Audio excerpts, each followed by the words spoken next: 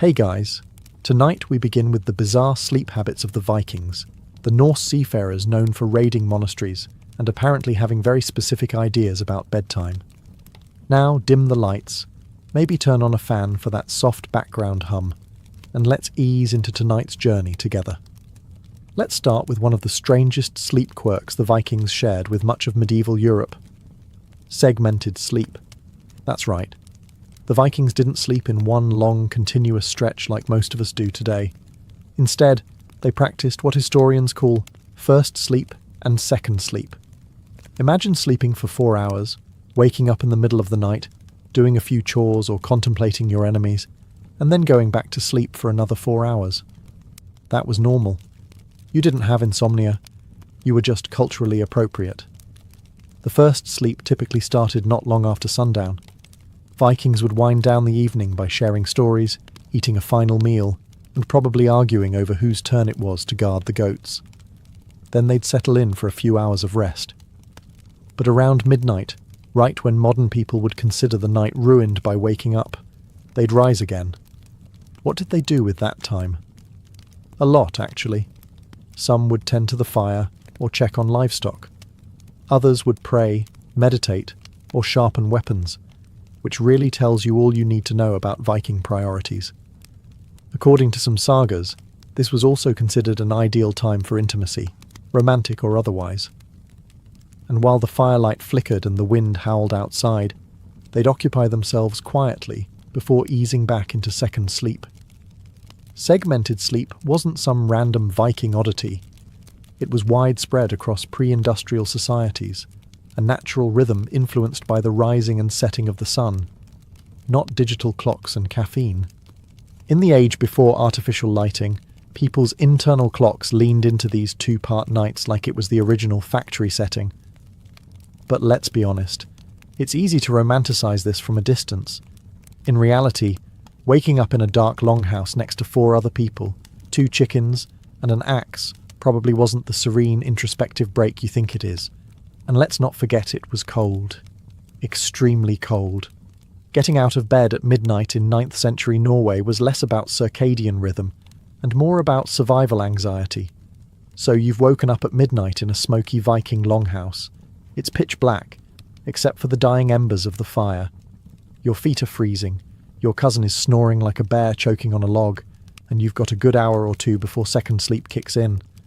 Now what? Welcome to the midnight interval, that strange waking period between first and second sleep that Vikings filled with an odd mix of chores, rituals, and whatever else they could do quietly enough not to wake the goat. First up, eating. With little refrigeration and zero midnight DoorDash, Vikings often kept dried meats, smoked fish, or leftover stew within reach. Midnight snacks weren't indulgent, they were practical. If you'd spent the evening rowing, farming, or dragging half a deer back through the snow, waking up hungry wasn't unusual. So they'd stoke the fire, heat a bowl of something, and gnaw in the dark like civilized cave people. But food wasn't the only thing on the midnight menu. This quiet time was often used for reflection.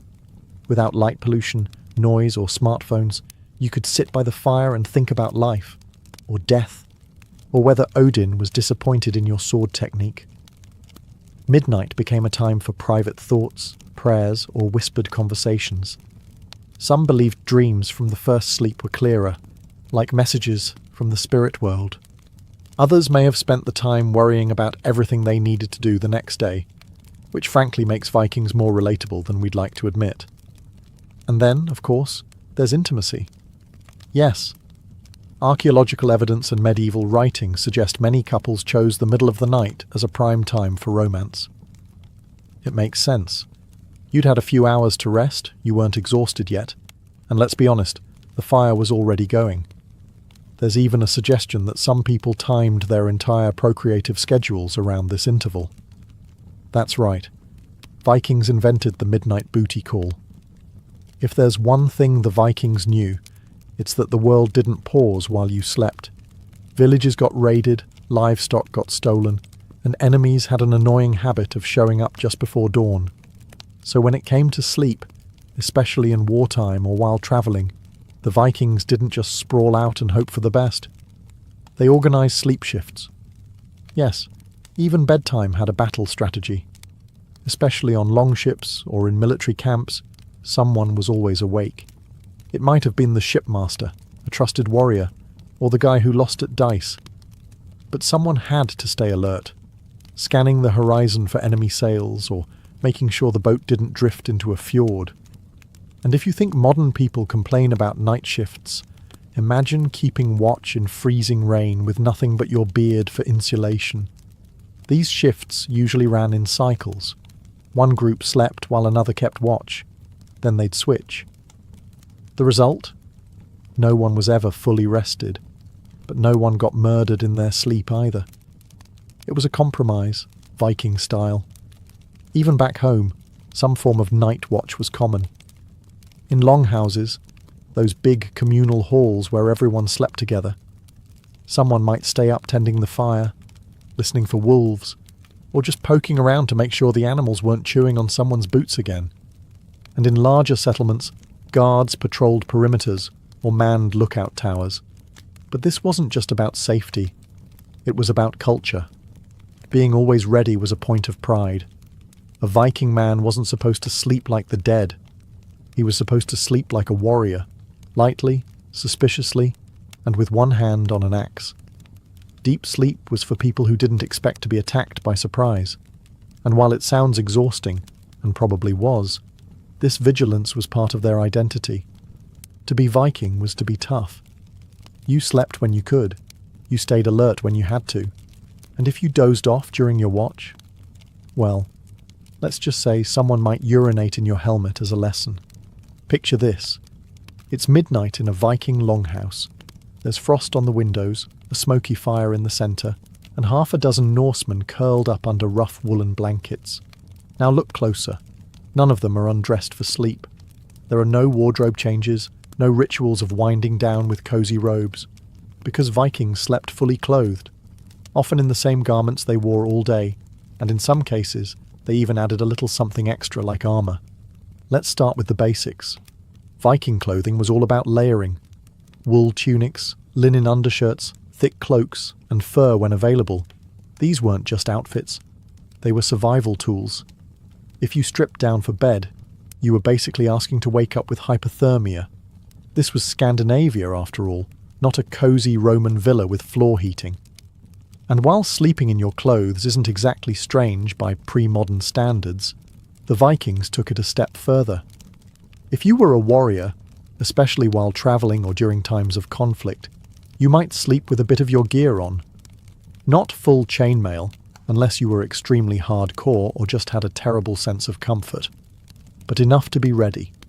Because let's face it, the odds of waking up to a raid were non-zero, and fumbling with your pants while someone's breaking down your door with a spear is a quick way to end up in Valhalla. There are sagas that describe warriors dozing with their helmets nearby, weapons at the ready, cloaks still clasped. It wasn't about style, it was about not dying. Comfort was negotiable, readiness wasn't, and this wasn't limited to warriors. Even regular folks might sleep in their outer garments during winter months. The idea of putting on warm clothes after waking up simply didn't apply when warmth needed to be trapped and preserved through the night. Taking your shirt off was basically admitting you'd given up. If there's one rule that Viking culture seemed to follow religiously, it was this: never be more than arm's length from a blade, even when sleeping, especially when sleeping. For Vikings, the bed wasn't just a place to rest. It was a potential battlefield. The idea of tucking yourself in without a weapon nearby would have sounded as absurd to them as forgetting to bring your sword to a duel. So whether they were in a longhouse, on a boat, or camping under the stars, weapons were treated like bedtime companions. Cold, pointy, and comforting. Sagas and archaeological evidence suggest that many Viking men, and some women, literally slept with their weapons. This didn't necessarily mean cuddling a sword like a teddy bear, though to be fair, some of them probably did. More often, weapons were placed under furs, beside bedrolls, or even held in hand. Think of it as security through sharp steel. And this wasn't about bravado, it was practical. Viking homes were often remote, vulnerable, and made of flammable wood. Bandits, rival clans, and wild animals didn't wait for daylight to strike. Being unarmed when startled awake was a quick way to become an epic poem no one remembered the end of. There's even a word for this mindset in Old Norse culture: vigilance. To sleep too deeply was to sleep carelessly. The truly honourable warrior stayed alert, even in dreams. If you slept through a break-in, or worse, died in your sleep unarmed, good luck getting into Valhalla. Odin was picky. And the weapons themselves? They weren't stashed away in chests or racks. Axes leaned against walls. Swords lay beside pillows. Spears might be wedged under the bed frame if you were fancy enough to have one. A well-rested Viking was one who could go from snoring to swinging in under 5 seconds. Of course, this came with risks. The occasional midnight foot impalement, a few accidental elbow slices.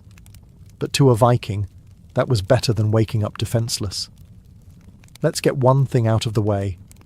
The average Viking didn't fall asleep in some romantic fur-draped 4-poster bed carved from ancient oak. That's Hollywood. The real story?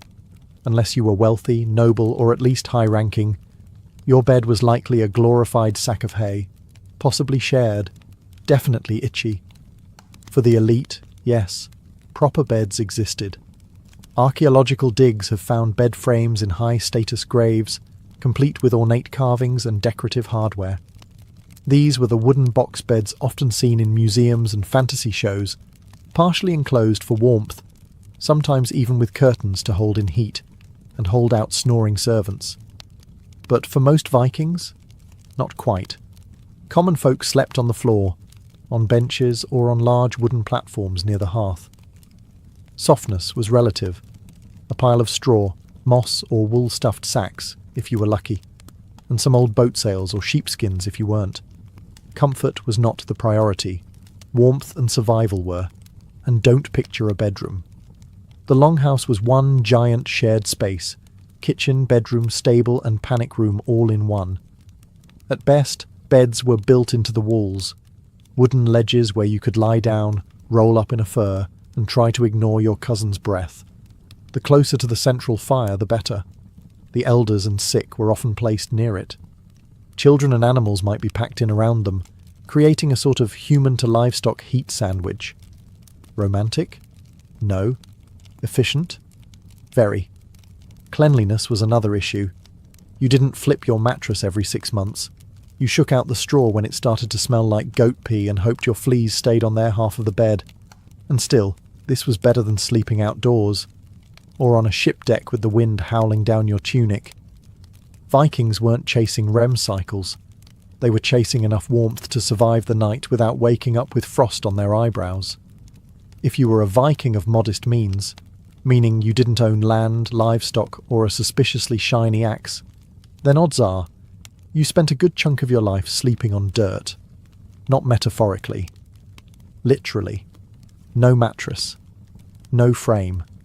Just you, some animal skins, and a nice patch of packed earth that hopefully wasn't damp or covered in goat droppings. Inside longhouses, the floor was usually made of compacted dirt, sometimes sprinkled with straw to soften things up, or more realistically, to soak up whatever spilled from animals, soup bowls, or both. Sleeping directly on the floor wasn't a sign of failure. It was normal, functional, low maintenance, Viking minimalism at its finest. And for the truly poor, this might have been their only option. No benches, no wooden slats, just fur pelts laid down in a spot with good fire access and minimal hoof traffic.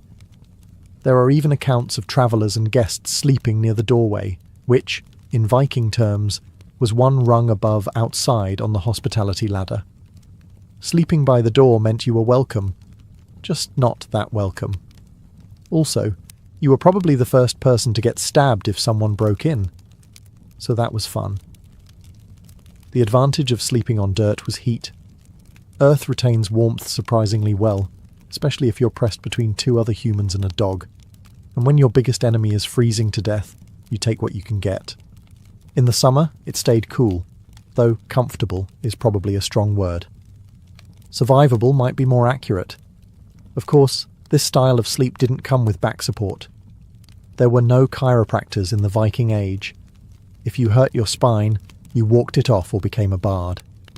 Still, for all its discomfort, this wasn't seen as shameful or sad. In Viking culture, toughness was admired, and luxury was sometimes viewed with suspicion. If you could sleep on the ground and wake up ready to raid a monastery, you were doing just fine.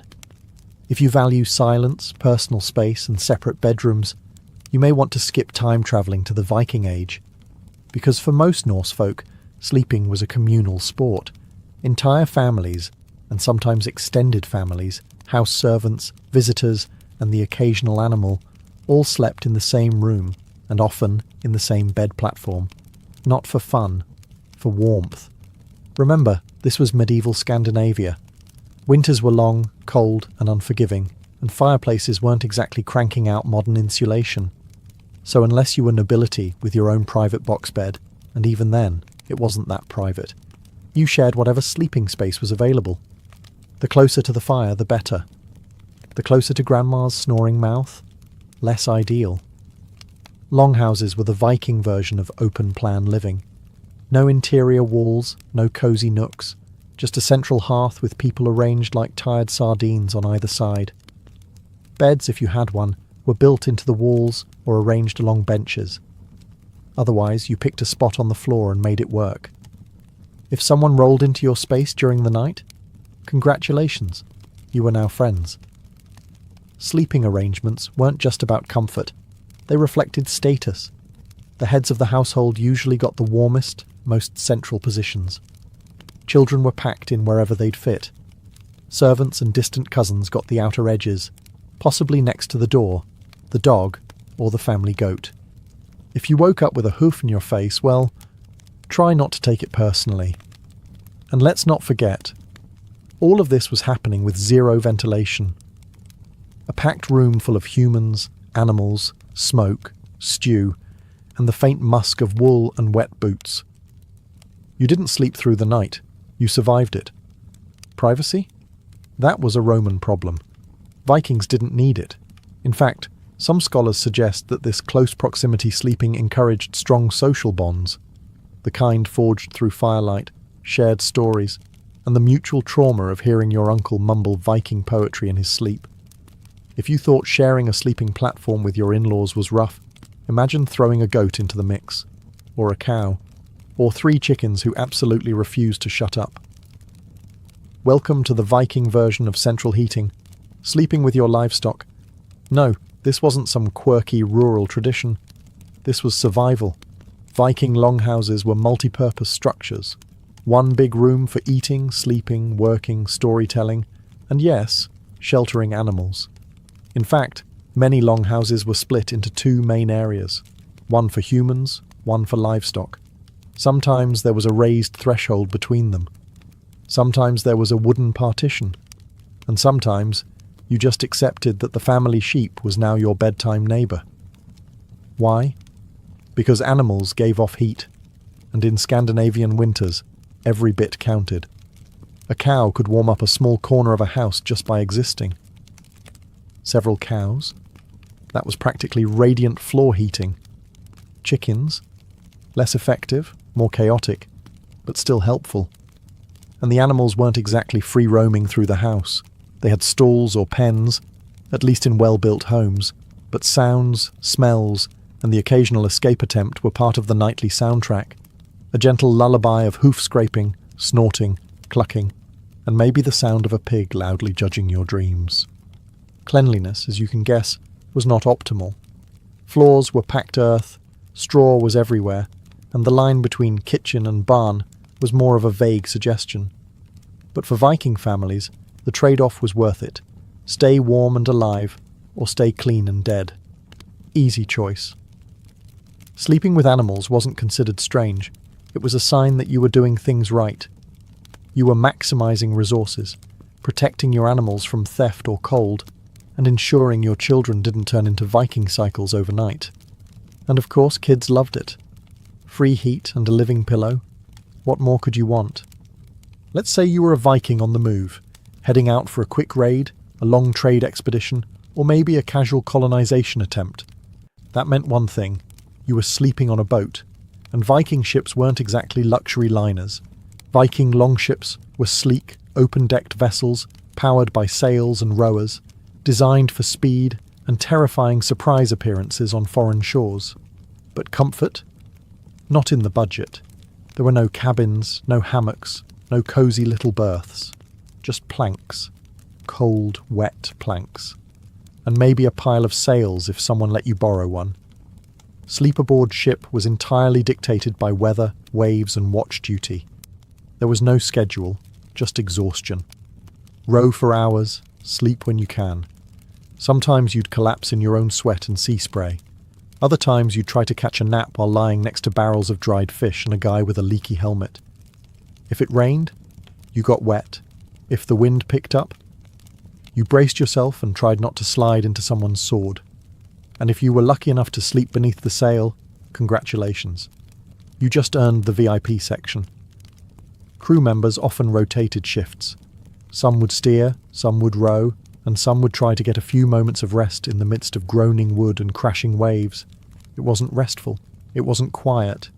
It was barely sleep, more like extended blinking. And then there were the smells. Salt water, unwashed bodies, dried meat, and sheep if you brought livestock along. Imagine trying to drift off while someone sharpens a blade behind you and a goat stands over your face. That's not a nightmare. That's Tuesday on a Viking ship. But the Vikings weren't looking for comfort. They were looking for conquest. Sleep on a ship wasn't about rest. It was about survival between storms. You didn't need to feel refreshed. You just needed to be able to swing an axe when you reached land. For the Vikings, dreams weren't just a side effect of sleep.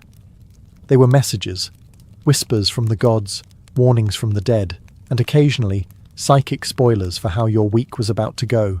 Viking sagas and Eddic poetry are full of dream omens. A ship sailing west in a dream. You're going to die soon. Dream of a cold wind blowing through your house. Also death. Wolves running through the village in your sleep. Definitely death. Basically, if you woke up and remembered anything, it probably meant you should update your will, and maybe not go on that raid tomorrow. But it wasn't all doom and gloom. Some dreams were seen as visions from Odin or Freya, offering insight into battles, harvests, or hidden treasure. A good dream could elevate your status. A bad one? Well, if you were smart, you kept it to yourself. No one wanted to be that guy on the boat who announced he saw everyone drowning in his sleep. Very poor morale. The Vikings even had dream interpreters, people who were considered spiritually attuned and could decipher what your nighttime visions meant. They weren't therapists. They didn't care if you were stressed about goat taxes.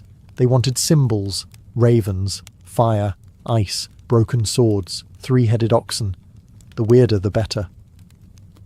And dreaming about the gods? That was serious business. Dreaming of Odin in particular could mean anything from divine favour to imminent slaughter. If he appeared in your dream offering advice, that was great. If he appeared silent, wearing a cloak and walking away, start digging your grave. He was known for being mysterious, even in REM sleep. There was also a belief in dream walking, the idea that your spirit could leave your body during sleep and travel elsewhere. This meant a lot of people took sleep very seriously. You weren't just snoring. You were possibly off fighting spiritual battles in other realms while your body drooled on a sheepskin. In the end, sleep was never just about rest. It was a portal, a vulnerability, and occasionally a divine appointment. For Vikings, dreams weren't for dreaming. They were for surviving. Most people prepare for sleep by brushing their teeth, changing clothes, and maybe reading a book. Vikings. They sometimes prepared for sleep by putting on armour, just in case it was their last nap before meeting Odin. This wasn't paranoia. It was ritual preparation for battle. On the night before a fight, a raid, or any journey that might end in bloodshed, a Viking warrior might lay down in full gear, chainmail, helmet beside the bed, sword at the ready. Not because it was comfortable, It definitely wasn't. But because they believed the gods respected readiness. To die well, and to die ready, increased your chances of being chosen by the Valkyries. Sleeping unarmed? That was like showing up to Valhalla in your underpants. Some warriors believed that how you slept the night before battle could determine where your soul ended up. If you were prepared, alert, and mentally already in fight mode, Odin would notice. If you were cozy, drooling on your tunic, and forgot your axe in the other room, well, you might just wake up in hell, the icy afterlife reserved for people who died unheroically. A terrible fate for someone who owned 12 axes and bragged about it. The practice wasn't universal, of course. Not everyone had armour. It was expensive. But even simpler folk sometimes slept in their travel gear or with their weapons in hand the night before a dangerous trip. It was a symbolic statement to the gods and to your crew. I'm ready. Let's go. And it wasn't just about death. Sleeping this way also had tactical advantages. If you were ambushed, you didn't have time for a costume change. A fully geared warrior could leap up and fight within seconds. Imagine being the enemy who sneaks into a Viking camp, only to find your target already half awake and fully armed. When winter hit Scandinavia, it didn't arrive, it conquered. Snow fell like punishment, the sun went into hiding, and the temperature dipped to, "Why is my beard frozen to my chest?" During these dark months, Viking activity slowed, and sleep increased. Yes, the Vikings may have been early practitioners of a kind of human hibernation. Not the biological kind that bears do, but a seasonal rhythm of extended rest and reduced activity. In short, they slept a lot more in winter. And who could blame them? With limited daylight, icy travel conditions, and little farming to do, there wasn't much incentive to leap out of bed at sunrise, especially when the sunrise wasn't until 10:30 a.m. Winter became a time of conservation. Conserve energy, conserve food, and try not to freeze solid by February. Sleeping longer during winter wasn't just a comfort, it was strategic. Less movement meant less food burned, and food supplies were precious. Why burn calories chopping wood when you could just add more layers and sleep through the next blizzard? Many families stayed indoors for days at a time, crowded around the hearth, sharing stories, mead, and heat. It wasn't laziness, it was adaptation. Extended rest also allowed bodies to recover from months of labour, hunting, and war. Think of it as ancient off-season training, if that training involved a lot of snoring and reindeer fur. Sagas and folk tales from the far north even hint at dream seasons, periods when people felt slow, reflective, even spiritually distant from daily life. It's possible that the Norse viewed winter not just as downtime, but as a mystical season where sleep, dreams, and introspection blurred together. And while some people still needed to stay active, guarding animals, fetching firewood, preparing food, there was definitely a shift. Winter was not the time to launch a raid. It was the time to sleep, plan a raid, and recover from the last one. While most Viking sleep habits were about staying warm, alive, and slightly less stabbed, there were moments when Vikings chose not to sleep at all, and not because of insomnia or goats being weird. Sometimes staying awake all night was intentional, even sacred. Enter ritual wakefulness. Certain Viking traditions and ceremonies involved deliberate sleep deprivation, usually to honour the dead, communicate with the gods, or prepare for something very big and very bloody. For example, during funerals, it was common for mourners to stay awake through the night in vigil, drinking, reciting poetry, and sharing stories of the deceased. Think of it as a cross between a wake and a Norse TED Talk, but with more ale and occasional axe juggling. These overnight gatherings weren't optional. Staying awake showed respect. Falling asleep? That was bad form, like texting during a eulogy, but with a higher risk of being elbowed awake by a drunk cousin. Vigil also had a spiritual edge. The Norse believed that the veil between worlds was thinner at night, especially when someone had just died. Staying awake meant you could feel the presence of the departed, maybe even catch a vision or two. Whether this was divine connection or too much fermented honey, we may never know. Warriors, too, practiced ritual wakefulness. Before a raid or major battle, a night without sleep could serve as a form of mental sharpening, a time to meditate, focus, or psych yourself up by staring into the fire and thinking about how awesome Valhalla sounds. Some warriors even claimed to receive omens or dreams while still awake, sitting trance-like before combat. And then there were seers and vulvas, mystical figures who sometimes stayed awake all night to perform rituals, chant spells, or interpret dreams others had. They were expected to remain alert still, and disturbingly calm while everyone else was nodding off into their bowls of porridge. After all the sagas, ship raids, and stew-fueled storytelling, one truth about Viking sleep becomes clear. It wasn't about luxury, it was about survival. If modern people treat sleep like a wellness activity, the Vikings treated it like one more arena to stay alive in. Everything about their rest was hard-earned. They slept in shifts so nobody got ambushed. They curled up beside fire pits, animals and relatives because insulation was more valuable than privacy.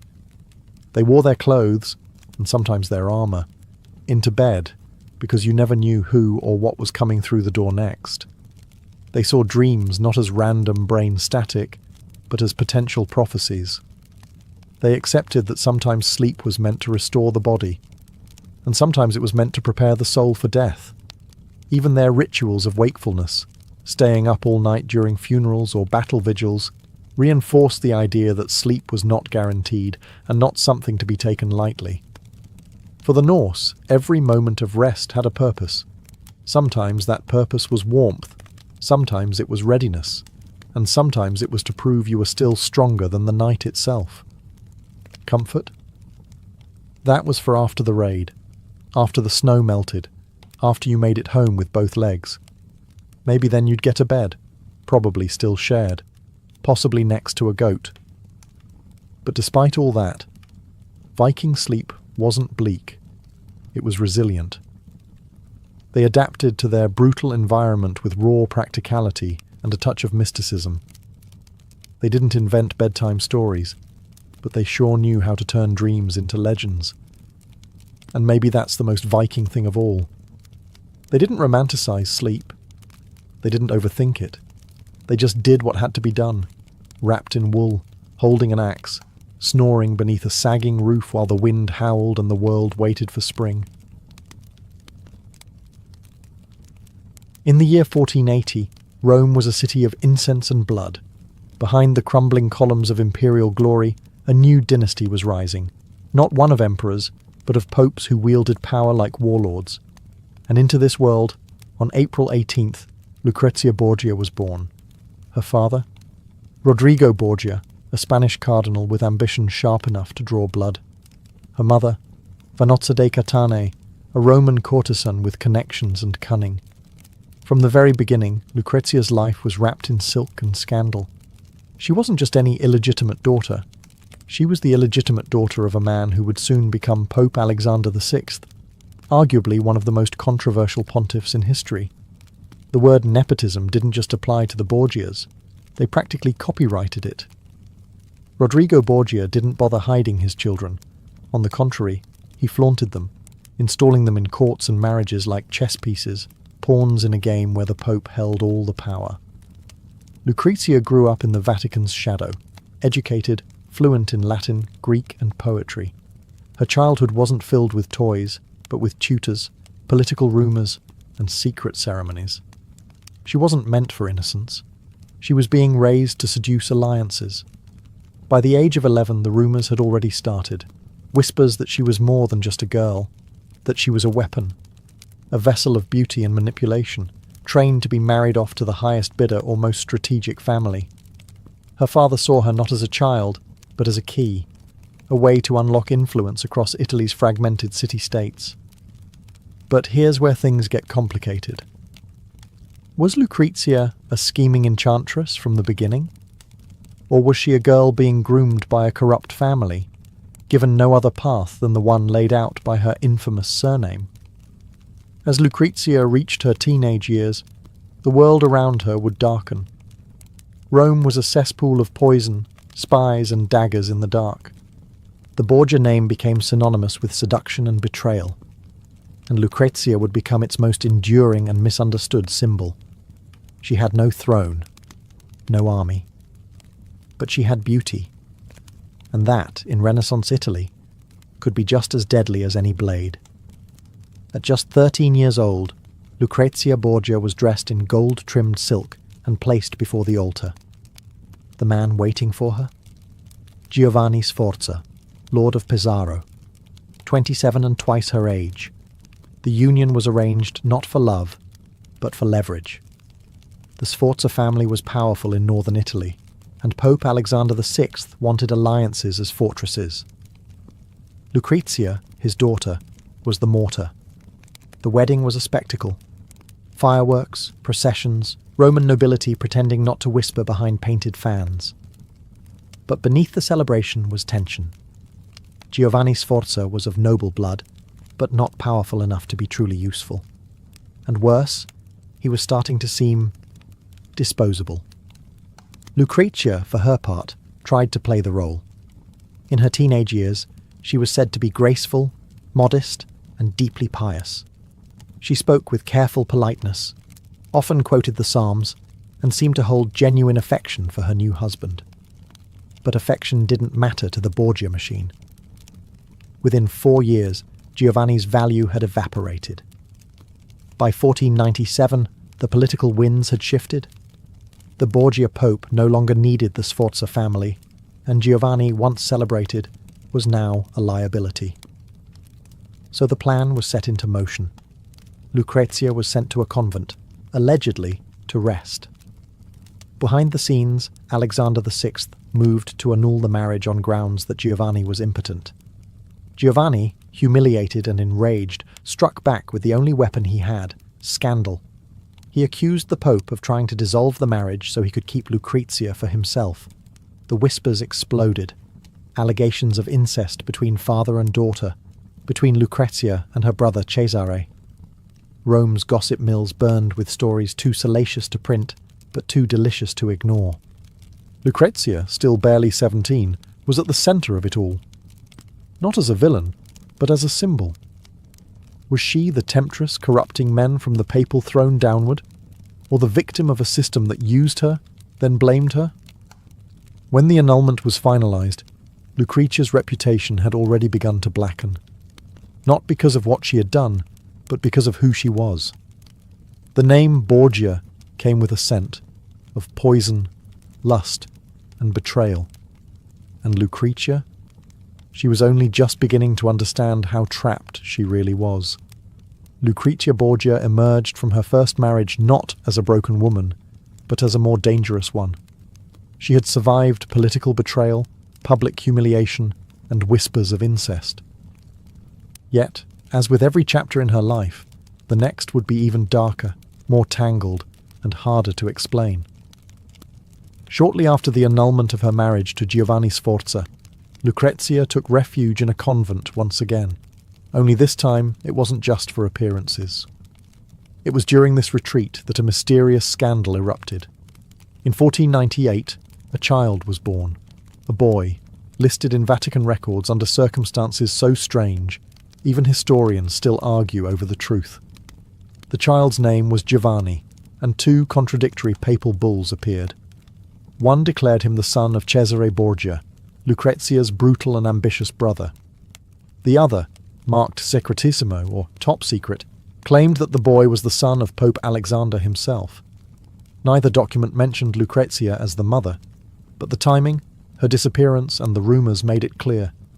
Everyone believed the baby was hers. So who was the father? Cesare? The Pope? A secret lover named Pedro Calderón, a Spanish courtier who mysteriously vanished, likely at Cesare's hands. The truth was tangled in lies and vanished documents, but one thing was certain. Lucrezia's body had become the property of scandal itself. She couldn't sneeze without Rome assuming it was a calculated move in a Borgia plot. If the child was hers, she never officially acknowledged him, but she didn't reject him either. Giovanni would be raised within the papal court, first as a bastard, then as a nephew, and eventually as a tool in family alliances.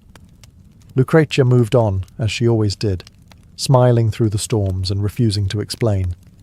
This era cemented her legend. Lucrezia, the beautiful poisoner.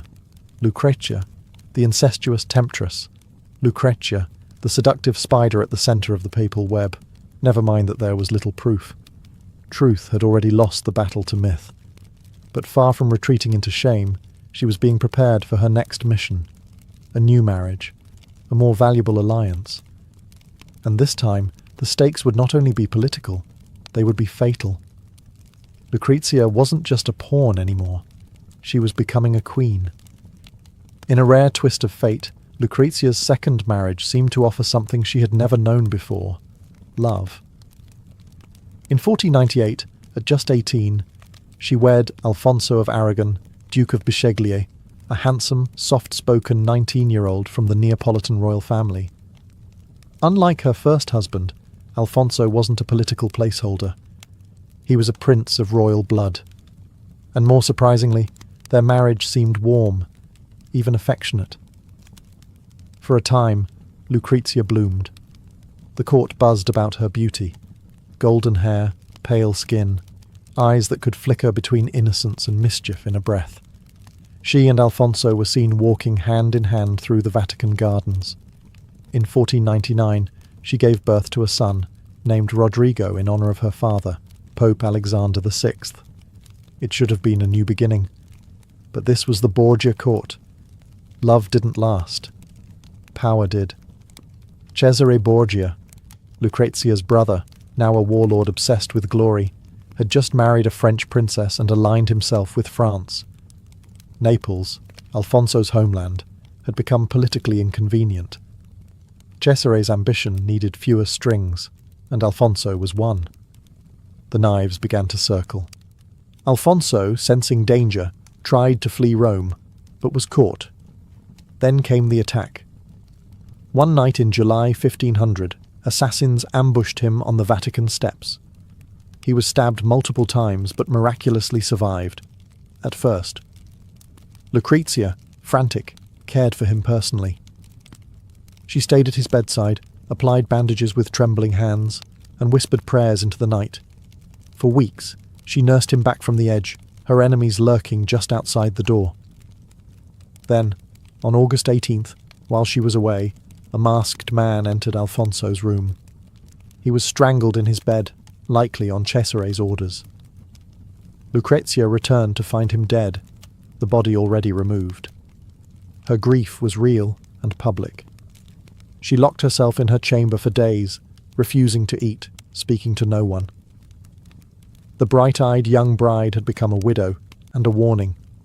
The message was clear. In the Borgia household, affection was weakness, and survival meant knowing when to close your heart. Lucrezia emerged colder, wiser, and much more dangerous. She no longer trusted love. She trusted alliances, and her next marriage would be the grandest and most dangerous of all.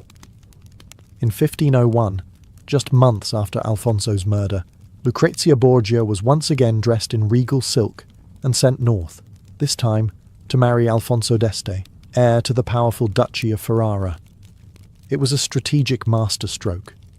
If the Borgias could tie themselves to one of Italy's most prestigious noble houses, they would no longer be seen as foreign upstarts from Spain.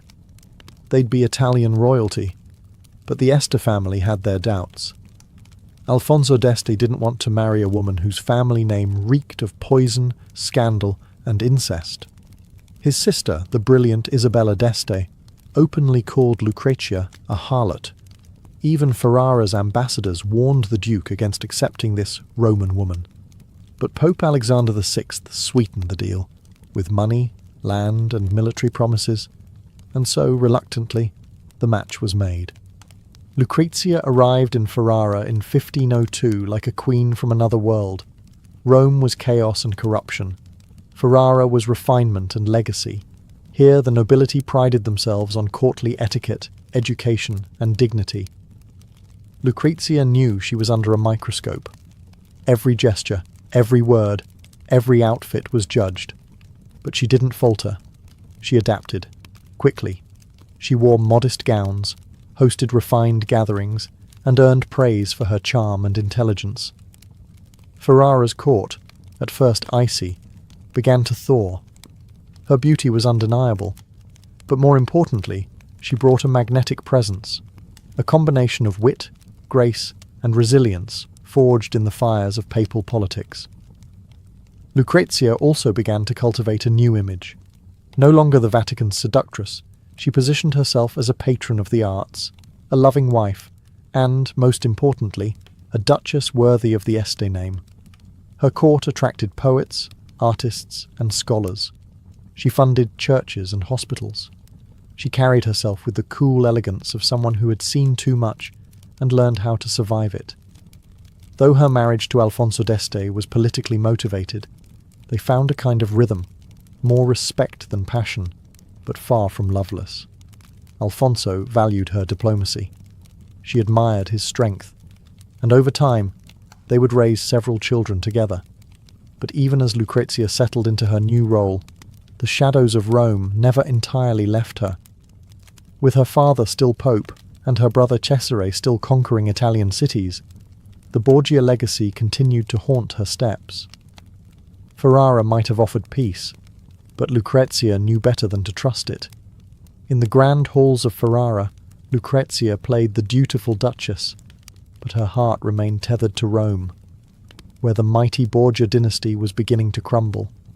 In 1503, her world shifted violently. Her father, Pope Alexander VI, the man who had raised her as both daughter and political instrument, suddenly fell ill after a banquet. Within days he was dead, his body bloated, blackened, and leaking foul fluids. Rumours spread like wildfire.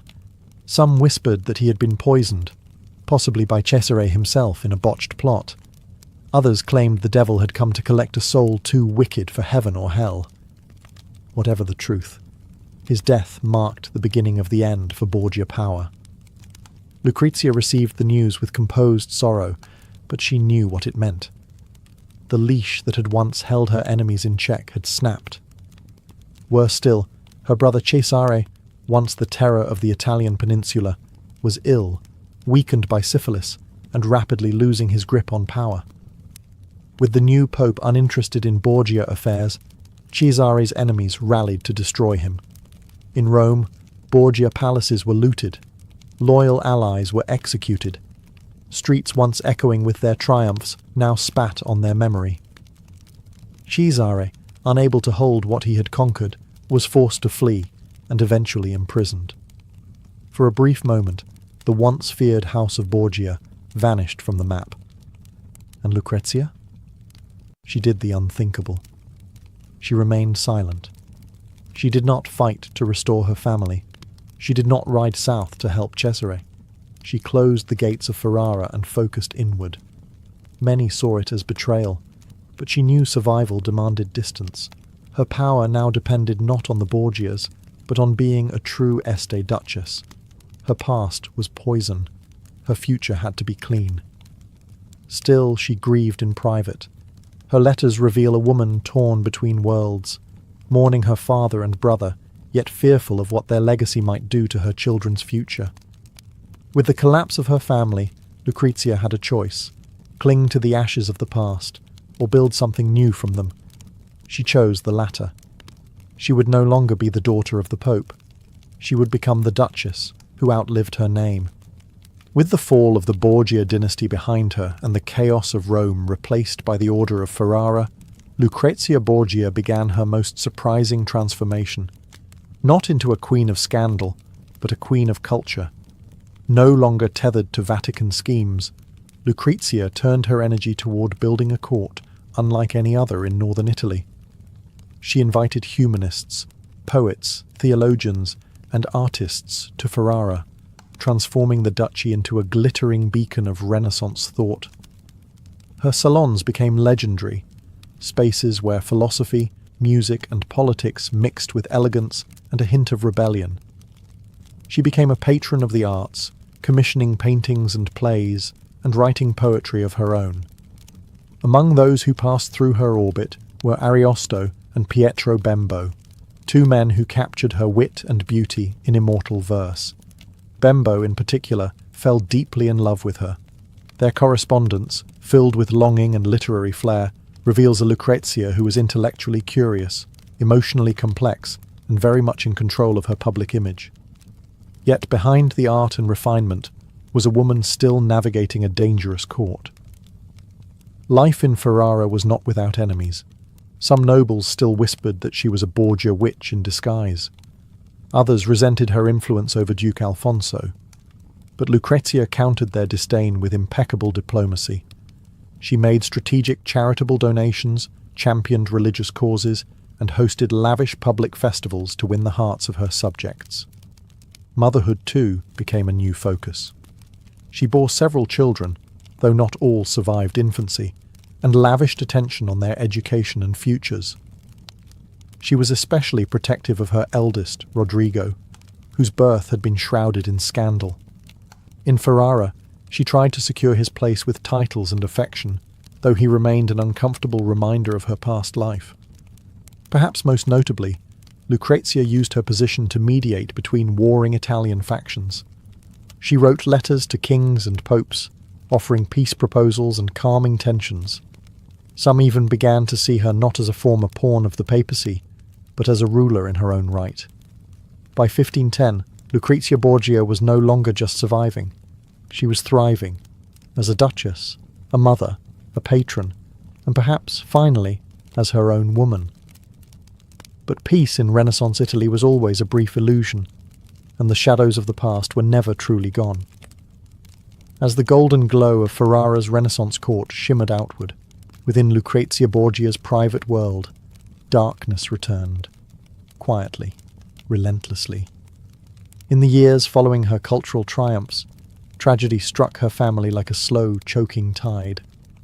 Her beloved son, Rodrigo, the child born of her marriage to Alfonso of Aragon, died in 1512 at just 13 years old. The boy had been her pride, her living proof that love once existed in her turbulent life. His death shattered her. Friends wrote of her retreating from court. Her bright presence dimmed, her joy hollowed out. She wore mourning clothes for months, and her letters became darker, more fatalistic. But it didn't end there. She would lose multiple children in infancy, tiny lives that barely drew breath before vanishing into prayer books and tombs. Each loss left her body weaker, her spirit more burdened. Still, she endured, keeping her pain tightly wound behind the poised mask of a duchess. Publicly, she smiled at festivals. Privately, she confessed to spiritual torment, guilt, and dread. And then there were the persistent whispers. The stories of her past, the poisoned goblets, the incestuous accusations, the secret baby, never truly left her.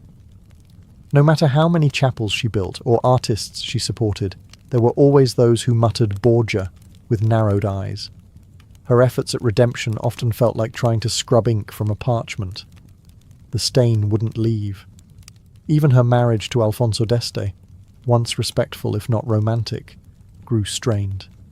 Alfonso was often away on military campaigns, and Lucrezia began to take more interest in religion and mysticism. She fasted frequently, commissioned sacred art, and poured money into monasteries. Some said she was atoning for sins she never confessed. Others believed she was preparing for something darker. Her health, already weakened by repeated childbirths and stress, began to fail. She suffered from fevers, exhaustion, and melancholia. By 1518, even climbing the stairs became difficult. Yet through it all, she kept writing, kept mediating, kept protecting her children and preserving the Ferrara court's splendour. It was as if she knew time was running out, and she wanted to leave behind something beautiful, something that would outshine the scandals. But history is a jealous scribe. And for Lucrezia Borgia, the final chapter was already being inked. In the winter of 1519, Lucrezia Borgia lay in bed, pale and worn. her strength fading with each breath. She was just 39, but her body bore the weight of more than a dozen pregnancies, years of courtly performance, and the relentless shadow of a family name that never let her go. She had fallen ill after giving birth to her final child, a daughter who died within hours. The labour had been brutal, and infection set in quickly. Ferrara's finest physicians hovered helplessly, but the Duchess already seemed to know her fate. Her letters turned mournful. She confessed her soul to the heavens. She asked for prayers, not pity. On June 24, 1519, Lucrezia Borgia died. The city of Ferrara mourned deeply. Bells rang across the duchy, convents held vigils, and courtiers wept. The woman who had once been scorned as the Vatican's serpent was now mourned as a noble, wise, and compassionate duchess. Alfonso d'Este, often distant in life, grieved her sincerely. Her children, especially the ones old enough to understand, remembered her as a devoted mother, gentle, careful, and fiercely protective. But outside Ferrara, the myth reasserted itself. Rome remembered the younger Lucrezia, the girl caught in a web of power, scandal, and whispered poison.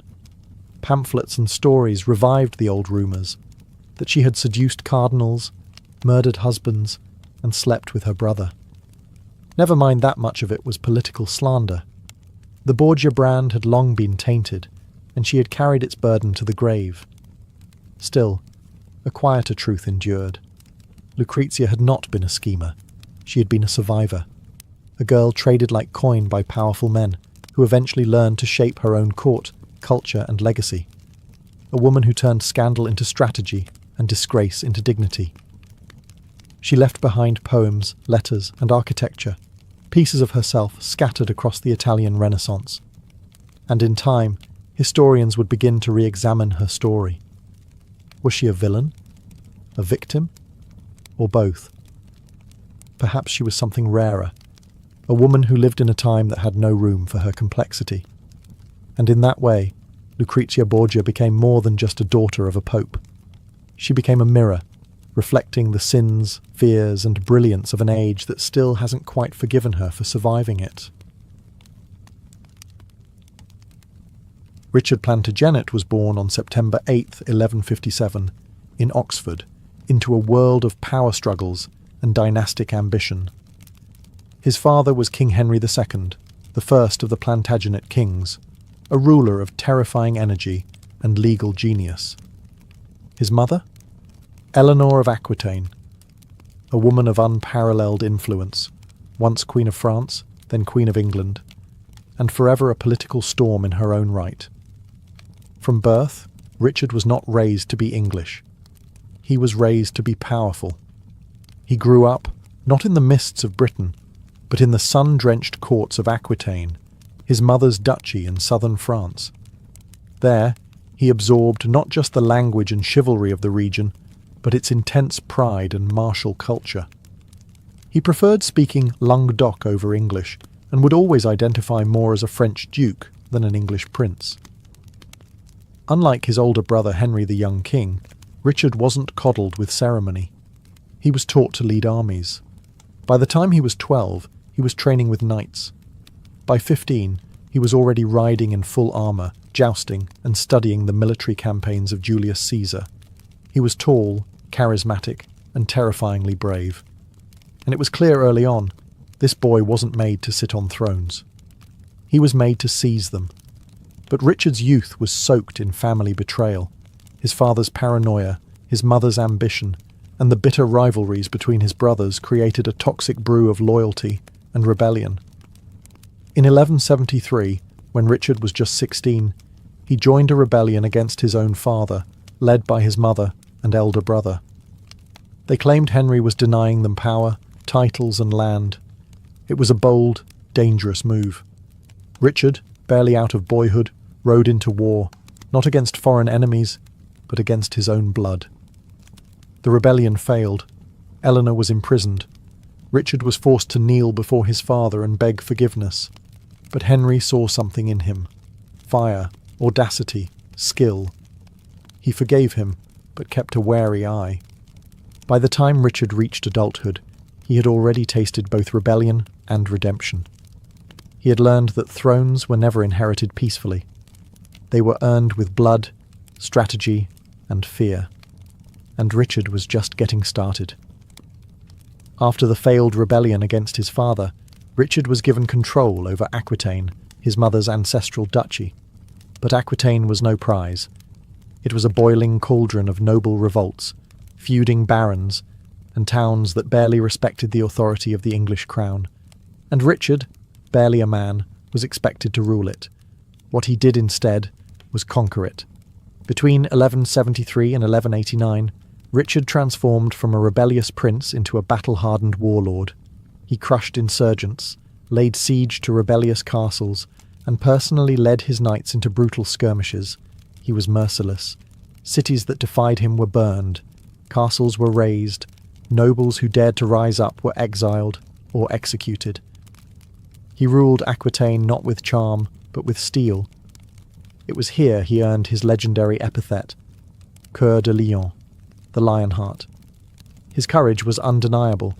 He rode at the front of every charge, fought hand to hand, and was rumoured to be the strongest knight in his own court. His ferocity on the battlefield became legend, but so did his temper and vanity. Richard did not forget slights, and he ruled not as a just king, but as a feared warrior. His relationship with his family only worsened during these years.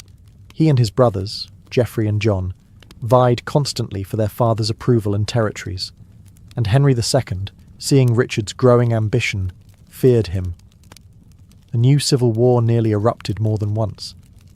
Then, in 1183, fate took a dramatic turn. Henry the young king, Richard's elder brother and the presumed heir to the English throne, died of dysentery while campaigning. Suddenly, Richard was next in line. But Henry II didn't trust him, and tried to force him to hand over Aquitaine to his youngest brother, John. Richard refused. Tensions snapped again. In 1187, Eleanor, still imprisoned, was released briefly to mediate, but the final break came in 1189, when Richard did the unthinkable. He allied with King Philip II of France, his father's enemy. Together, they attacked Henry's territories in France.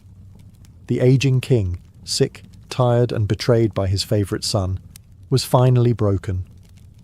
When Henry died shortly after, Richard became King of England, Duke of Normandy, and Count of Anjou. But his crown wasn't forged in Westminster. It was forged in rebellion, fire, and the ashes of a father's broken heart. When Richard I ascended the English throne in 1189, the people celebrated. He was 31, tall, golden-haired, and already a living legend. But they didn't know what they were really getting. Richard wasn't interested in governing. He had no passion for tax reform, justice, or domestic policy. He saw England not as a homeland, but as a bank, because Richard had one obsession: the crusade. He had vowed to take the cross years earlier, inspired by tales of Jerusalem's fall and the growing fame of Saladin, the great Muslim leader who had reclaimed the holy city. To Richard, this was not just a war. It was his divine purpose, a chance to prove himself not just as a king, but as a holy warrior, God's chosen champion. So he sold everything that wasn't nailed down. He drained the royal treasury. He imposed massive taxes. He sold titles, lands, and offices, infamously declaring he would sell London itself if he could find a buyer. He even ransomed prisoners and pardoned criminals for coin. The money all went to ships, armour, and mercenaries. In less than a year, he had transformed England into a crusader's launchpad. But England itself? It was left behind. Richard appointed a government in his absence. His mother, Eleanor of Aquitaine, as regent, and his ambitious but dangerous brother John was left with minimal power. For now. The people hoped Richard would return soon. He wouldn't. In 1190, he departed for the Third Crusade, sailing alongside King Philip of France, his former ally, and soon bitter rival. Together, they stopped in Sicily, where Richard immediately found himself embroiled in a power struggle between local rulers. Instead of praying in cathedrals or fasting in holy silence, he laid siege to the city of Messina and sacked it. He was not there to negotiate. He was there to conquer. This was Richard's pattern. Arrive, intimidate, fight, and demand surrender. And it worked. Messina submitted. Gold flowed into his coffers. And by the time his fleet set sail again, his reputation as the most dangerous knight in Christendom was sealed. But already cracks were forming. His alliance with Philip was beginning to rot, and storms would soon scatter his fleet. And far to the east, Saladin waited, ready to test the Lionheart's legend. Before Richard could even reach the Holy Land, fate threw him another battlefield. A storm scattered his fleet across the Mediterranean, and one of his ships, carrying his sister Joan and his future bride, Berengaria of Navarre, was shipwrecked on the island of Cyprus. The local ruler, Isaac Comnenus, a rogue Byzantine prince, made a fatal mistake. He refused to release Richard's royal passengers and looted the survivors. That was all the excuse the Lionheart needed. Richard landed on Cyprus with cold fury. Within days, he had conquered the island. It was a swift and brutal campaign. Castles were taken, Isaac was captured, and famously bound in chains of silver, because Richard had promised not to use iron. The conquest shocked everyone. The Crusader king hadn't even reached the Holy Land, and he had already added an island to his possessions. Amidst this chaos, Richard did something unexpected. He got married. On May 12, 1191, Richard married Berengaria of Navarre in Limassol, Cyprus. The wedding was splendid, the church decked in silk, with nobles and knights bearing witness. But the marriage was cold from the start. Berengaria was quiet, pious, and politically useful, but she would never be close to Richard's heart. In fact, she would spend most of their married life far away from him. This entire chapter, storm, conquest, and wedding, perfectly captured Richard's character. He could pivot from crusader to conqueror to groom in a single month. Always bold, always theatrical, always hungry for action. But while Cyprus fell into his lap, his alliance with Philip of France was falling apart. Philip had grown envious of Richard's fame, his charisma, and perhaps his ability to overshadow him at every turn. Tensions reached a breaking point when Richard refused to marry Philip's sister, Alice, whom he had been betrothed to for years but allegedly seduced and discarded. Philip, humiliated, returned to France, leaving Richard to face Saladin alone. And Richard didn't mind. He preferred it that way. No rivals, no politics, just war. With Cyprus conquered and his bride safely married, Richard finally turned his fleet toward the shores of the Levant. The Lionheart had arrived in the Holy Land, and the real war was about to begin. By the time Richard arrived in the Holy Land in June 1191, the siege of Acre had already dragged on for nearly 2 years. Crusader forces had surrounded the coastal city, but Saladin's defenders were holding firm. The crusade had stalled, morale was crumbling, and disease stalked the camps. What they needed was a leader who could break the deadlock, and Richard delivered. Despite suffering from scurvy and fever, he immediately took command. With siege towers, crossbowmen, and terrifying discipline, he launched relentless assaults. Within a month, Acre fell. The Muslim defenders surrendered, and the city's gates creaked open. But the real drama began after the surrender. Richard demanded an enormous ransom from Saladin, 200,000 gold dinars, the release of Christian prisoners, and the return of the True Cross, a sacred relic taken at the disastrous Battle of Hattin. Saladin hesitated. He stalled. Negotiations dragged. Richard's patience snapped. On August 20th, 1191, he ordered the execution of 2,700 Muslim prisoners, including women and children. They were marched outside the city walls and slaughtered in full view of Saladin's army.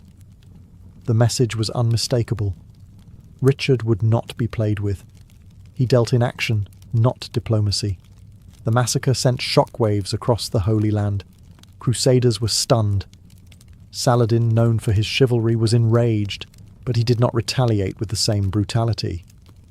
He continued to treat captured Christians with mercy, perhaps to draw contrast with the bloodthirsty Lionheart. The horror at Acre also set the tone for the rest of Richard's campaign. He was both a hero and a terror.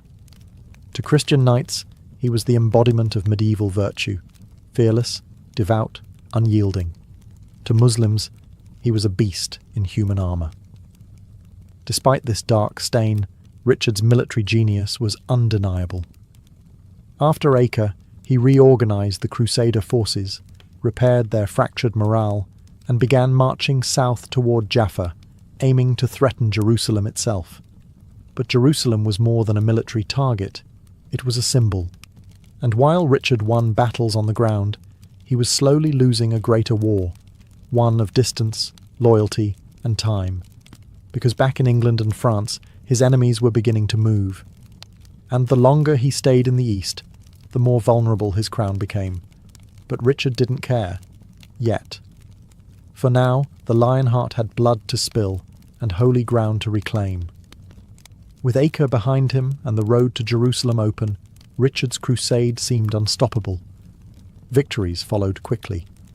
He won the Battle of Arsuf in September 1191, defeating Saladin's elite forces with tactical brilliance.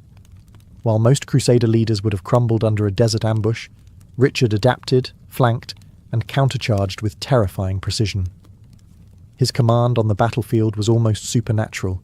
He inspired loyalty, fear, and awe in equal measure.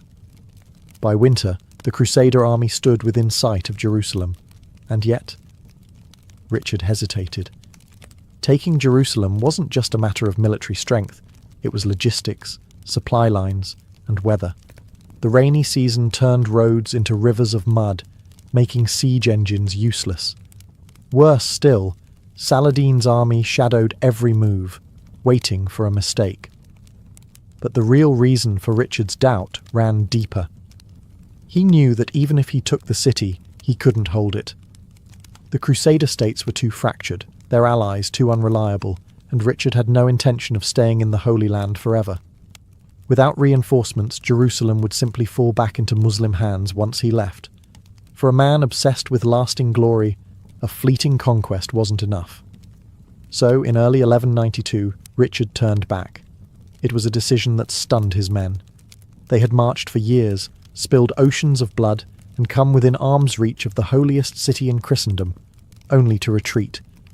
Richard justified it as strategy. Others whispered of cowardice, exhaustion, or perhaps a rare moment of humility. Either way, Jerusalem would remain in Muslim hands. But the campaign wasn't over. Richard recaptured Jaffa in July 1192 with another daring assault, personally leading a last-minute counterattack to save the city. Saladin was reportedly impressed by his courage, calling him a man of iron. Still, both leaders were exhausted. By September, they agreed to a truce, the Treaty of Jaffa. Jerusalem would stay under Saladin's control, but Christian pilgrims would be allowed to visit freely. The Crusader states would retain a thin strip of coast. It wasn't a victory, but it wasn't a defeat either. Richard had failed to reclaim the Holy City, yet preserved Christian influence in the region. But as he turned to sail home, a new enemy awaited. Not Saladin, but Europe itself. Because while Richard fought for Christendom, his own brother had begun fighting for his crown. Richard the Lionheart never made it straight home from the Holy Land. In fact, he barely made it home at all. In late 1192, he began the long journey back to England. But storm, illness, and political enemies turned that journey into a nightmare. Sailing through the Adriatic Sea, Richard was forced ashore and tried to travel incognito through Central Europe, disguised as a humble pilgrim. It didn't work. He was recognised near Vienna by agents of Duke Leopold of Austria, a man Richard had humiliated during the Crusade by tearing down his banner from the walls of Acre. Leopold, nursing that old grudge, arrested the king and passed him along to Emperor Henry VI of the Holy Roman Empire. Richard, warrior king of England, lion of the Crusades, was now a prisoner in a cold German dungeon. The news shocked Europe. Kings weren't supposed to be treated like this, not unless they were being executed. But Henry VI saw an opportunity. He demanded an outrageous ransom, 150,000 marks, more than double England's annual income. To pay it, every church, village and noble was squeezed dry. England groaned under the weight of taxes, and even royal crown jewels were pawned. Back in England, the real danger wasn't the ransom. It was Prince John, Richard's younger brother, who had been plotting with King Philip of France to seize the throne. John spread rumours that Richard was dead and made moves to take power, seizing castles, forging alliances, and bribing officials. England stood on the edge of civil war. But Eleanor of Aquitaine, Richard's formidable mother, acted swiftly. She rallied loyal nobles, negotiated with the emperor, and kept John contained. When the ransom was finally paid in February 1194, Richard was released to thunderous celebration. Asked what he'd do about John, Richard famously quipped, "I forgive him, and let him wait for my inheritance." It was classic Lionheart, sharp, sardonic, and vengeful beneath the surface. Though he'd only spent 6 months in England during his entire reign, the people still saw him as their heroic king, returned from captivity like a biblical figure. But Richard wasn't back for peace. He was back for war, with France. The crusade was over. Now the battlefield would be his own backyard. Richard may have returned to England a free man, but he had no intention of staying there. Within weeks of his release, he crossed the Channel once again, this time not to reclaim holy ground, but to defend his French territories against a familiar foe, King Philip II of France. The two former Crusade allies were now bitter enemies. Philip had schemed with Prince John during Richard's imprisonment, seizing castles and stirring rebellion across Normandy, Anjou, and Aquitaine. Richard, humiliated and enraged, launched himself into battle with renewed fury. Between 1194 and 1199, the war consumed the Plantagenet and Capetian realms. Richard waged an almost ceaseless campaign of sieges, raids, and ambushes across France. He personally led his knights into battle, stormed enemy strongholds, and rebuilt castles with astonishing speed. His favourite project? The mighty Château Gaillard, a fortress in Normandy perched on a cliff over the Seine River, so strong and modern it was said to be impregnable. He poured his genius into it, calling it "my fair daughter," and boasting that he could hold it even if its walls were made of butter. This was Richard at his most focused and formidable. No longer chasing relics in Jerusalem, he now waged a deeply personal war to restore the lands his father had ruled and punish the kings who dared defy him. His brother John, meanwhile, was humbled and reconciled with Richard, swearing loyalty in exchange for forgiveness. But the Lionheart was not just fighting France. He was racing time. Years of war, imprisonment, and crusading had aged him. He suffered bouts of fever and exhaustion, but never backed down. In public he laughed, rode, and drank like a conqueror. In private his body was failing, and he knew it. Still, the war pushed on. In early 1199, while laying siege to a minor rebel stronghold at Chalus-Chabrol in central France, a petty fortress of little strategic value, Richard, ever bold, removed his helmet and approached the walls on horseback to inspect the defences. And from that wall, a lone crossbow bolt flew. It struck his shoulder. The wound seemed minor at first, but within days, infection set in. Richard began to burn with fever, and his skin blackened. The Lionheart had survived crusades, captivity, and countless battles. But this wound, inflicted by a nameless boy defending a forgotten castle, would be his last. As the infection spread through his body, Richard the Lionheart lay dying in the castle chapel of Chalus-Chabrol. He was just 41 years old, a warrior in his prime, brought down not by a mighty army or a legendary foe, but by a single crossbow bolt, fired by a teenage boy defending a trivial fortress. The irony was thick. After years of surviving sieges, crusades, and imperial prisons, Richard's reign ended over a minor rebellion in an unimportant corner of France. It was the perfect end for a king whose life had always defied logic and order. Knowing death was near, Richard prepared himself. He summoned his mother, Eleanor of Aquitaine, now in her 70s, to be by his side. In one of their final conversations, she held his hand, a mother comforting a son who had been forged in steel but was now melting away. He made peace with his brother John, naming him heir, a choice that would haunt England in the coming years. And the boy who shot him? Richard ordered he be spared and given a reward. But after his death, his mercenaries defied the order and flayed the boy alive, a brutal punctuation to a bloody reign. On April 6th, 1199, Richard died. His body was divided in death as it had been in life.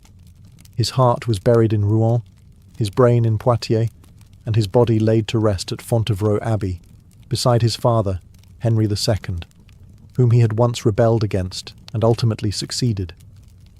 Even in death, he straddled the fractured territories of a crumbling empire. Richard's reign had lasted only 10 years, and he had spent less than 6 months of it in England. He spoke little English, raised heavy taxes, and left the kingdom deeply in debt. Yet despite it all, he was remembered, almost immediately, as a hero. Why? Because Richard embodied the ideals of medieval kingship: bravery, chivalry, strength, and uncompromising will. His legend grew, exaggerated by chroniclers and poets, painting him not as he was, but as he was needed to be. In the centuries that followed, his tomb became a place of myth, and his name became a byword for courage. Richard the Lionheart was no saint, but he died as he lived, sword drawn, heart blazing, and always riding into the fire. It started with a single woman. On a blisteringly hot morning in July of 1518, in the bustling medieval city of Strasbourg, a woman named Frau Trophäa stepped into the street and began to dance. Not to music, not at a festival. She wasn't drunk or celebrating. She simply started to move, rhythmically, relentlessly, without smiling, without speaking. Witnesses say she looked distressed, arms flailing, sweat pouring down her face, her shoes slapping the stones as she spun and jerked with unnatural energy. Neighbours watched in confusion. Some laughed nervously, assuming it was a joke. But the joke didn't end. She danced for hours, then through the night, and then into the next day. No one could stop her. Her husband pleaded. Clerics watched. Physicians scratched their heads. But she kept going, her eyes wild, her body trembling, her feet blistering. Eventually she collapsed from exhaustion, only to get back up and keep dancing. By the third day, a small crowd gathered, not of spectators, but fellow dancers, as if something had taken root in the town's mind. Within a week, dozens had joined her. Men, women, even children, all spinning, leaping, twitching, uncontrollably. The square in Strasbourg turned from a marketplace into a dance floor of panic. There was no music, no joy, just bodies trapped in motion. Civic leaders were stunned. This was no festival. These people weren't celebrating. They were suffering. Some were foaming at the mouth. Others screamed prayers as they spun. Many cried for help. Yet none could stop. And worst of all, no one understood why. Was it a curse? Was it a sickness? Or something far stranger? Instead of quarantining the dancers, the city council took the opposite approach. They encouraged more dancing. Believing the dancers would recover if they simply danced it out, they hired musicians, opened guild halls, and even built a stage. What followed was chaos. The crowd swelled to nearly 100 dancers. Some collapsed from exhaustion, others from strokes or heart attacks. And still, the dance went on. The people of Strasbourg had never seen anything like it. They were witnessing a city possessed, not by demons or disease, but by something that had no name, no explanation, and no mercy. Whatever it was that began with Frau Trophäa, it had just begun. By the second week of the outbreak, Strasbourg had ceased to function like a normal medieval city. Bakers, blacksmiths, and merchants stopped work just to watch the bizarre procession unfold in the city square. The dancers kept coming, sometimes in small groups, sometimes alone, and none of them could explain what was happening. When asked, they wept. Some claimed they felt invisible hands forcing their limbs to move. Others said their minds were trapped, watching their bodies perform a painful, endless ballet. By now, the local authorities were panicking. Over 100 people had been swept up in the madness. Some were bruised and bleeding. Others had collapsed and been carried away, only to return hours later, feet bandaged, still dancing. The strange affliction showed no signs of slowing. Physicians of the day offered no real comfort. The leading theory? Hot blood. According to the medical beliefs of the time, an overheated heart could cause excessive motion and mania. The cure? Let the body exhaust itself. So, in an act of chilling irony, city officials hired musicians and professional dancers. They constructed a wooden stage in the square and set up tents to shelter the dancers from the heat. They hoped, madly, that the solution was more dancing. The result was catastrophic. The music intensified the frenzy. Drummers pounded rhythms that echoed through the streets like war signals. Fiddlers played until their fingers ached. The dancers surged in number and ferocity. Some writhed on the ground as if possessed. Others leaped so violently they dislocated joints or struck their heads on nearby walls. By the third week, people began dying. Accounts speak of heart attacks, strokes, exhaustion, and even people dropping dead mid-spin, only to be stepped over by the still-moving crowd. There was no mass grave, no ritual for the fallen, only more music, more sweat, more suffering. Behind the horror, the city's leaders whispered of supernatural causes. Some believed the dancers were cursed by Saint Vitus, the patron saint of epilepsy and madness. Others suspected demonic possession, or worse, divine punishment for some unspoken sin festering within Strasbourg. But one thing was clear. This was no longer a strange woman in the street. It was a public crisis, one with no precedent and no end in sight. And still, the people danced. As the dancers spun themselves into unconsciousness and death, secular solutions failed. The stage, the music, the dance-it-out approach had only fanned the flames. The people of Strasbourg turned to the only institution left that might make sense of the madness: the church. By August 1518, a month into the plague, local clergy declared the phenomenon a spiritual affliction. Medical theories of hot blood were cast aside. What they now faced, they said, was not a disease of the body, but of the soul. The prevailing theory? The dancers were victims of St. Vitus's curse. According to medieval belief, St. Vitus, a 4th century Christian martyr, had the power to punish sinners with uncontrollable movement. Those who angered him, through vanity, blasphemy, or secret sins, could be struck with convulsions, trembling, and violent, rhythmic spasms. It wasn't a new idea.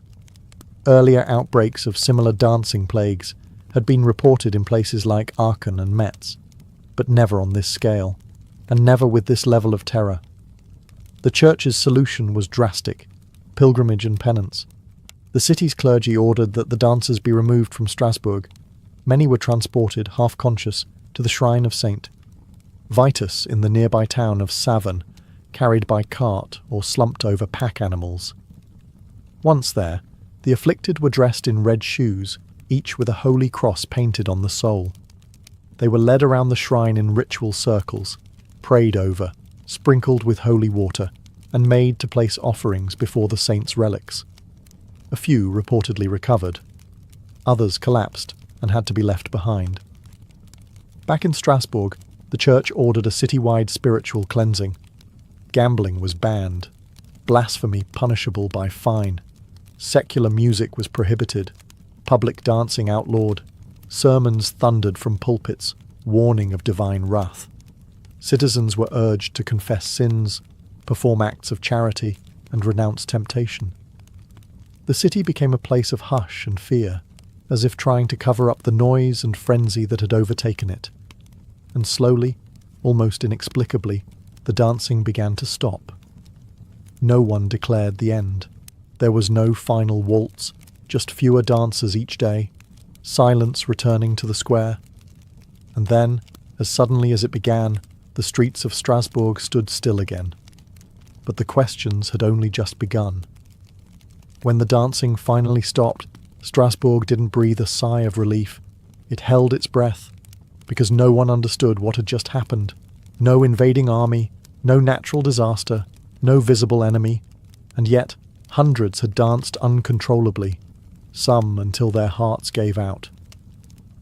The city returned to its routines, but the memory of that summer haunted everyone.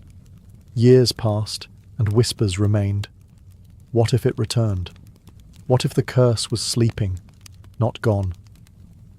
Centuries later, historians and psychologists began combing through the records, and one theory emerged that seemed to match the madness: mass psychogenic illness, also known as mass hysteria.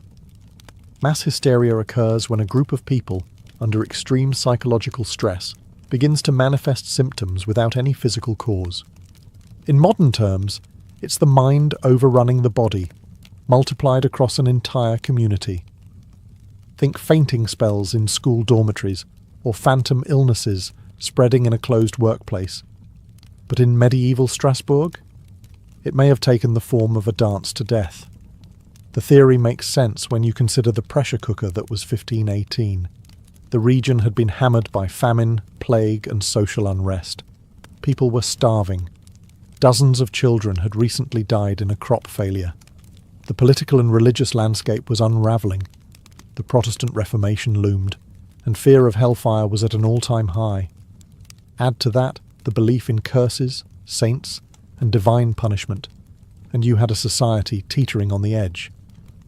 So when Frau Trophäa began to dance, people may have seen not just a woman, but a warning, and their minds, primed by trauma, followed her lead. Supporters of the hysteria theory point to similar outbreaks: groups of nuns who barked like dogs, towns where people believed they'd been bitten by invisible animals, villages where laughter or screaming became contagious. In each case, there was no toxin, no infection, just shared belief and shared fear. Still, even the mass hysteria theory doesn't explain everything. Why did some people dance until their bodies gave out? Why did only certain towns experience this, and not others under equal pressure?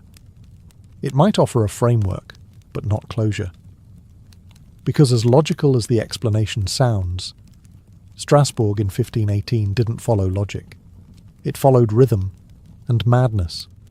For those unconvinced by the mass hysteria explanation, another theory emerged, one rooted in biology rather than psychology. Could the dancing plague have been caused not by fear or superstition, but by poison? Specifically, a fungal toxin called ergot. Ergot is a parasitic fungus that grows on rye and other grains during warm, damp summers, the exact conditions present in Strasbourg in 1518. When consumed, it produces alkaloid toxins that can trigger vivid hallucinations, convulsions, twitching, and sensations of crawling under the skin. It's chemically similar to LSD, the psychedelic drug synthesized centuries later, and ergotism, as the poisoning is called, was well known in medieval Europe. It was often referred to as St. Anthony's fire because of the burning sensations victims experienced in their limbs. Could ergot-tainted bread have sparked the outbreak? At first glance, it fits. The symptoms, jerking limbs, hallucinations, and lack of control, align eerily with the descriptions of the dancers in Strasbourg. The idea that entire communities could unknowingly consume contaminated grain and then begin to move erratically in unison sounds plausible, especially in an era when food shortages meant even mouldy bread would not go to waste. But the theory has problems. For one, ergotism usually causes convulsions and stiffness, not dancing. Victims are more likely to collapse into spasms or suffer seizures, not maintain coordinated rhythmic movement for days. Also, ergotism tends to cause gangrene and vomiting long before inducing any form of energetic behaviour. There are no contemporary reports of blackened limbs, vomiting blood, or other classic ergot symptoms in Strasbourg. Then there's geography. If ergot-contaminated bread was the cause, why didn't nearby towns, eating from the same grain sources, experience similar outbreaks? Why was it so specific to Strasbourg? Still, some researchers argue for a combination. Mild ergot poisoning sparking neurological symptoms in a population already pushed to the brink by starvation and fear. Perhaps the fungus dulled inhibition. Perhaps it blurred the line between vision and reality, setting the stage for a psychological wildfire. It's a fascinating idea. A toxin in the daily bread becoming a chemical conductor for communal madness. But like all the theories surrounding the dancing plague, it lacks one thing: certainty. Because whatever tainted Strasbourg that summer, whether mould or mind, it struck with the force of something older, something primal. And it didn't stop with bread. To truly understand the dancing plague, we have to step inside the minds of the people who lived through it. And that means entering a world where fear, faith, and folklore were indistinguishable from fact. In 1518, Europe was not merely struggling with famine and disease, it was spiritually anxious. Life was short, violent, and often inexplicable. The average person believed their suffering came not from bacteria or psychology, but from divine punishment or supernatural wrath.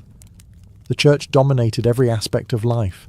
People prayed to saints for rain, for fertility, for healing, and especially for protection. But that devotion came with fear. If saints could heal, they could also curse. And none were more feared in this regard than St. Vitus. He was the saint most associated with involuntary movement and convulsions. Tales of St. Vitus's dance had circulated since the Middle Ages, accounts of people, struck by his displeasure, dancing uncontrollably until they collapsed. It was believed he could possess the body, twist it into spasms, and drag the sinner through madness until they were cleansed, or dead. So, when Frau Trophea began her strange performance in the street, the people of Strasbourg didn't reach for science, they reached for saints and stories. And folklore did the rest. At the time, rumours of spiritual contagion were widespread. It was believed that seeing someone cursed could spread the curse, a kind of medieval psychological contagion. If a single person was afflicted, and their community feared the same fate, it could spark a chain reaction, especially in an emotionally frail population. People might have danced, not because they were physically compelled, but because their minds, soaked in myth and superstition, convinced them it was happening. The belief was powerful enough to override the body's natural limits. In this view, the dancing wasn't just an expression of fear, it was the fear. Even the city's solution, pilgrimage to St. Vitus's shrine, was steeped in this mindset.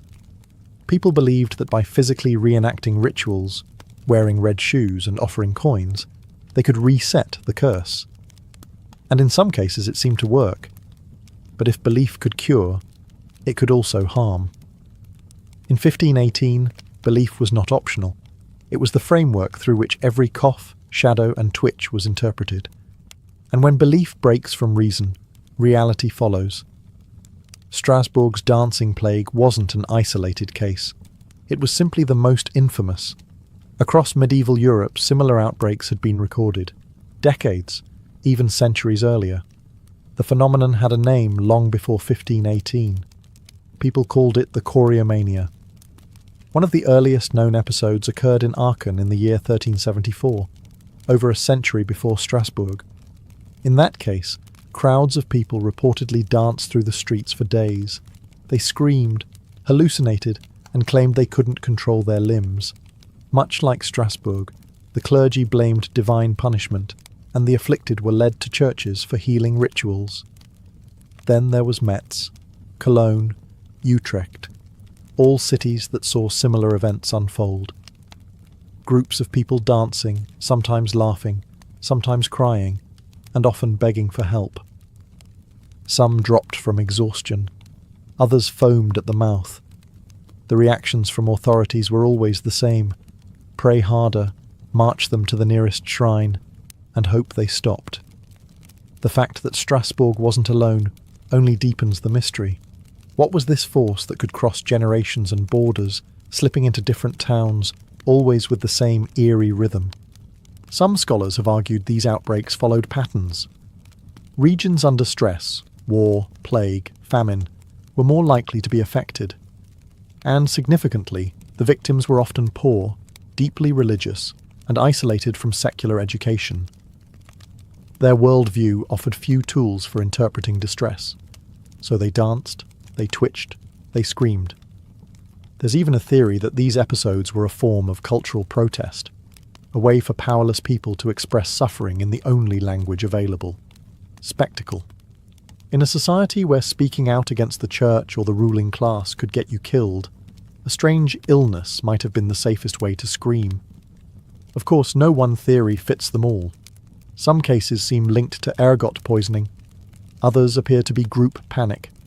A few were probably misidentified epilepsy or neurological disease. But what binds them is how they were treated, not as medical events, but as moral and spiritual crises. Strasbourg was just the most tragic, most well-documented case. But it wasn't the first, and it may not have been the last. We like to think such madness belongs to the past, that we're too modern for that now. But when fear spreads faster than facts, history has a way of dancing back. The idea of hundreds of people dancing themselves to death sounds almost fictional today, like a dark fairy tale from a forgotten age. But the truth is, the human mind hasn't changed as much as we think. And the question modern historians and psychologists keep asking is chilling. Could it happen again? Some say it already has. In the 20th and 21st centuries, there have been documented cases of mass psychogenic illness that echo the strangeness of the Strasbourg plague. In 1962, at a boarding school in Tanganyika, now Tanzania, a mysterious outbreak of laughter spread through dozens of students. It wasn't joyful, it was compulsive, uncontrollable, and in some cases lasted for days. The school had to be shut down. There was no disease, no drug, no poison, just a social contagion. More recently, in 2006, several girls in a high school in New York developed tics, spasms, and verbal outbursts. Panic spread. Parents suspected environmental toxins, mold, vaccines, anything. But after months of investigation, doctors concluded it was mass psychogenic illness, likely sparked by stress, trauma, or even social media exposure. These modern plagues may look different from Strasbourg's frenzied dancers, but the mechanics are eerily similar. Intense stress, shared belief, and the body reacting without a clear cause.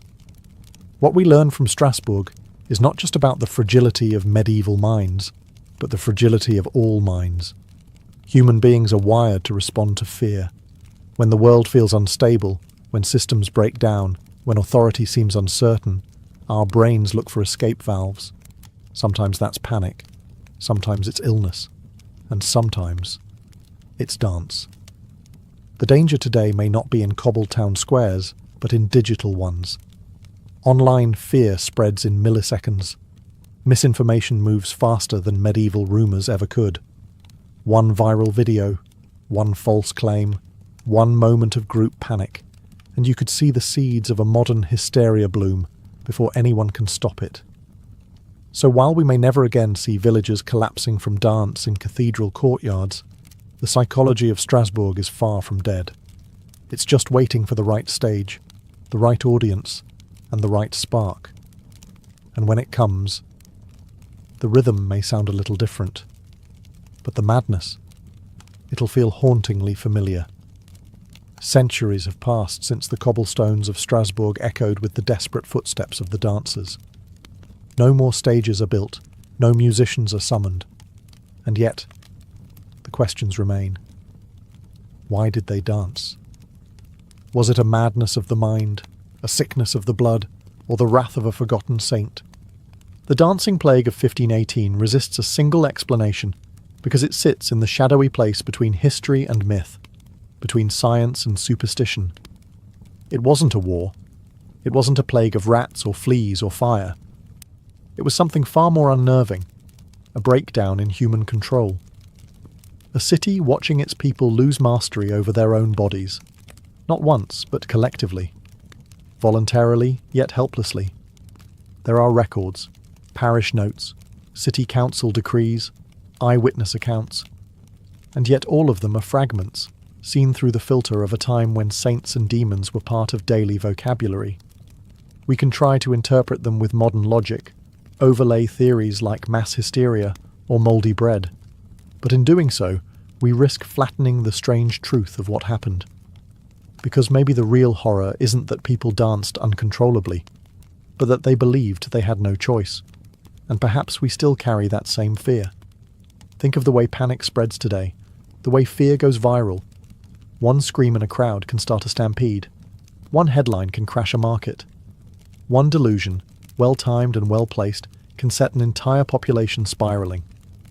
We are still vulnerable, not to St. Vitus perhaps, but to the unseen forces of belief, stress, and contagion. Strasbourg becomes more than just a historical curiosity. It becomes a mirror.